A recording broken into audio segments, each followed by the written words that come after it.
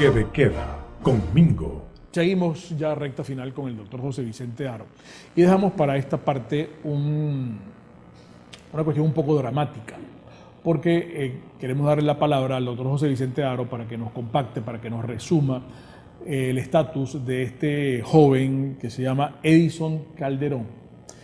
Tengo entendido que él el viernes, a propósito del apagón, estaba manifestando, estaba protestando junto a otros, pero el doctor José Vicente Haro ha mencionado que fue víctima de una brutal golpiza. Es bueno, incluso nos lo puedes explicar acá, que es hemofílico y asmático el joven. ¿Qué fue lo que pasó? Sí, efectivamente, con motivo del apagón, Edison Calderón se encontraba manifestando de una manera muy simple, ondeando la bandera nacional. ¿En dónde? En la Plaza de Altamira, en el sector Chacao de esta ciudad de Caracas.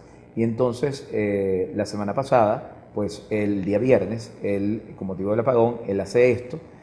Inmediatamente se presentan funcionarios de la PNB, lo aprenden a la fuerza, agarran incluso la bandera que él portaba y inmediatamente lo trasladan a la PNB, la sede de Gato Negro en Catia, aquí en el municipio Libertador, y entonces allí lo detienen y manifiestan los policías nacionales que estaban presentes en el momento que está detenido porque ondear la bandera en la manera que él lo estaba haciendo para protestar es un delito.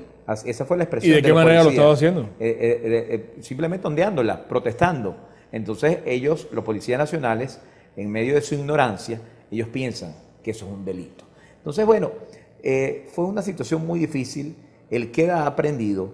Él entró golpeado porque él se resistió al arresto, a que lo apresaran, pero entró golpeado ligeramente por los policías nacionales, pero resulta que en horas de la madrugada ellos, la Policía Nacional Bolivariana, y estando bajo custodia de la Policía Nacional Bolivariana, él recibe una brutal golpiza en toda parte del cuerpo, de parte de miembros de la Policía Nacional Bolivariana y miembros, personas que están allí detenidas, que fueron instados por la Policía Nacional Bolivariana a darle esa golpiza. Incluso, debo decir, lamentablemente, agarraron una bolsa negra y trataron de ponerlo sobre su cabeza para asfixiarlo, ¿no?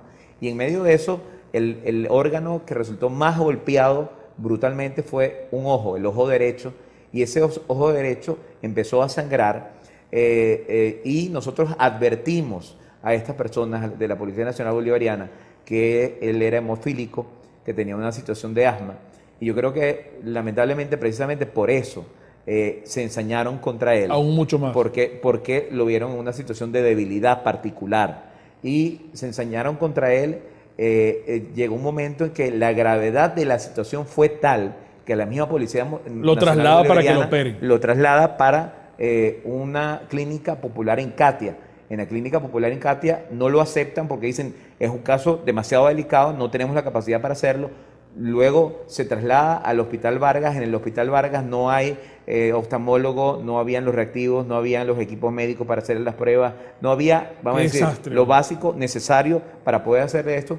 Y entonces finalmente terminamos en una clínica privada donde se le empezaron a practicar, exactamente, en la Clínica Ávila, donde se le empezaron a practicar todo lo que es las operaciones correspondientes. Pero ¿no? Irrumpen en la operación. Entonces, también. En medio de una de la operación clave, donde se iba precisamente a atender la parte más delicada que sufría el ojo derecho, en medio de toda la situación que él estaba en la sala de operaciones, irrumpe el Ministerio Público y la juez de control y dicen tenemos que realizar la audiencia. El médico explica en ese momento que no debía realizarse primero la operación, claro, y que debían esperar, que si eso no se podía diferir al día siguiente, y de hecho se estaba dentro del lapso legal, se podía hacer el día domingo perfectamente, pero no, lo quisieron hacer el sábado en la noche, allí en la sala de operaciones, justo antes de la operación, detuvieron la operación y hicieron la audiencia de presentación.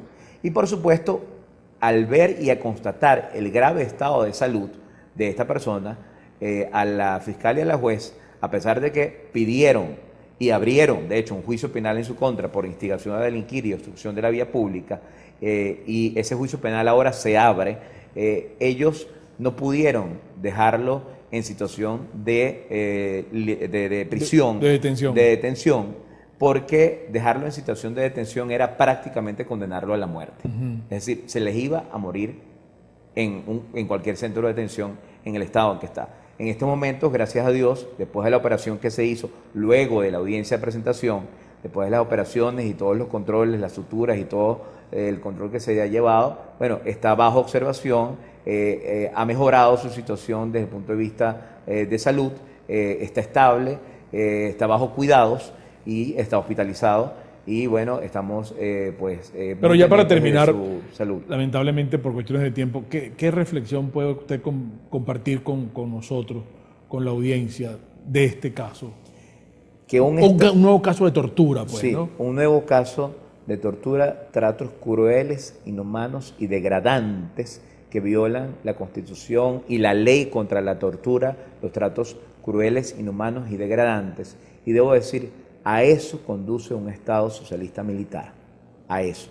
Es decir, si nosotros los venezolanos permitimos que se imponga ese Estado socialista militar, Edinson Calderón va a ser uno de tantos casos en los cuales se les va a violar sus derechos fundamentales de esta manera y donde se va a actuar de esta manera y las autoridades y los militares van a tener carta blanca para hacerlo de esta manera. Y contra eso los venezolanos definitivamente tenemos que reaccionar. No hay más nada más que agregar, doctor Aro. Muchísimas gracias por estar acá. Levantamos por hoy este toque de queda, amigos, recordándoles que quien tiene salud tiene esperanza y quien tiene esperanza lo tiene todo. Será hasta el próximo toque de queda y sigan con nuestra programación.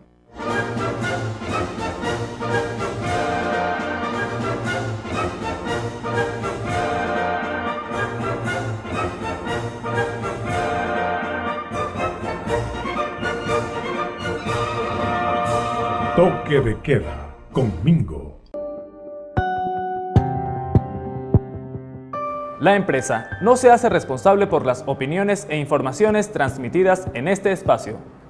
Las declaraciones y conceptos emitidos en las entrevistas y programas son de la exclusiva responsabilidad de sus productores, conductores e invitados.